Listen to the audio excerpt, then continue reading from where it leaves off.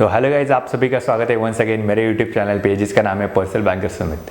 तो आज हम देखने वाले हैं आरटीजीएस के बारे में। आरटीजीएस होता क्या है, उसे कैसे किया जाता है, उसके बारे में डिटेल जानेंगे। तो चलो शुरू करते हैं।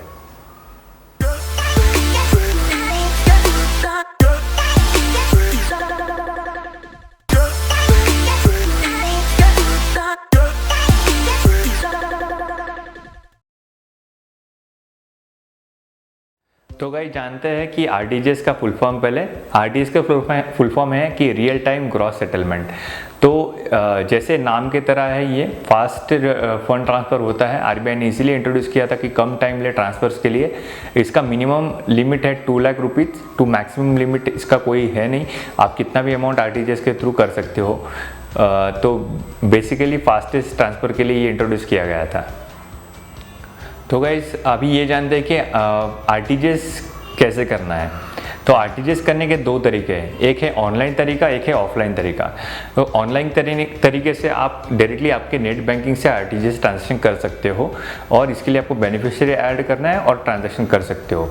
ऑनलाइन करने का एक और बेनिफिट है इसमें कि आपको ऑनलाइन ट्रांजैक्शन का कोई भी फीस बैंक चार्ज नहीं करती। आरटीजीएस आरबीआई ने 2020 से बिल्कुल भी फ्री किया हुआ है।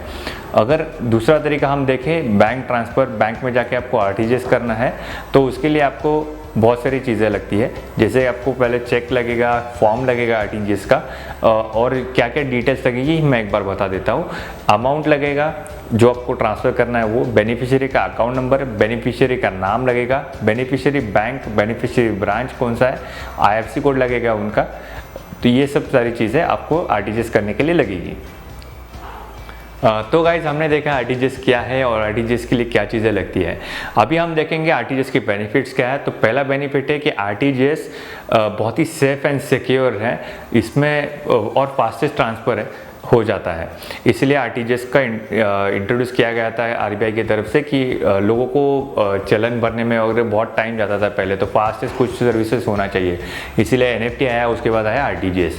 बाकी दूसरा बेनिफिट है इसका है कि इसमें कोई भी मैक्सिमम लिमिट नहीं है। आप कितना भी अमाउंट आरटीजीएस से एक बैंक से दूसरे बैंक में भेज सकते हो।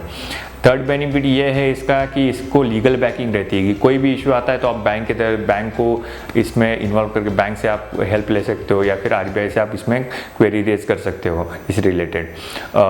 उसके बाद इसका कोई एक चार्जेस सेट करके दिया हुआ है आरबीआई ने, इसके ऊपर कोई भी बैंक चार्ज नहीं लगा सकती आपको। तो ऑफलाइन अगर आप आरटीजीएस करा रहे हो तो इसका जो चार्जेस कैपिंग लगाया है वो आरबीआई की तरफ से लगाया हुआ है। ऑनलाइन ट्रांजैक्शन में कोई भी चार्ज नहीं है।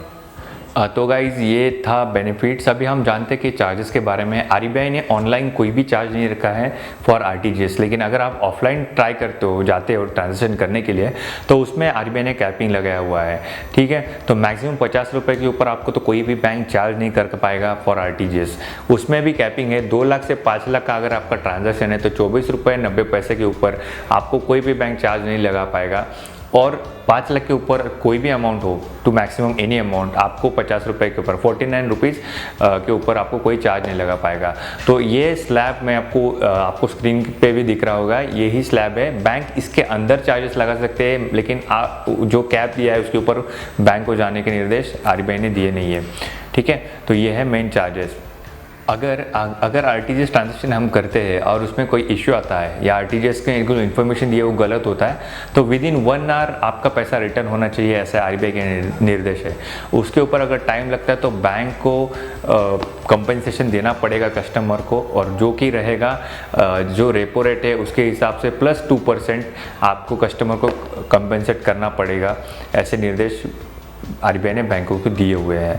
तो मोस्टली अगर कोई भी ट्रांजैक्शन आप देते हो, डिटेल्स गलत है, तो जो भी पैसा आपका आप भेजोगे और रिटर्न नहीं आता 1 घंटे के अंदर, तो आप जाके उसका क्वेरी रेज कर सकते हो। और अब आपको ये क्वेरी कहाँ रेज करना है उसका भी मैं एड्रेस वीडियो में अभी आपके स्क्रीन पे दिख रहा होगा। ये एड्रेस पे आपको बाय पोस्ट और ईमेल थ्रू आप क्वेरी रेज कर सकते हो आपका, जो आपको कंपनसेशन मिलने में हेल्प करेगा। तो थैंक यू आज के लिए इतना ही गाइस। तो हम नेक्स्ट वीडियो में देखेंगे आईएमपीएस के बारे में। थैंक यू सो मच आज के लिए। ऐसे ही सपोर्ट करते रहिए, लाइक करते रहिए मेरे वीडियोस को। Thank you.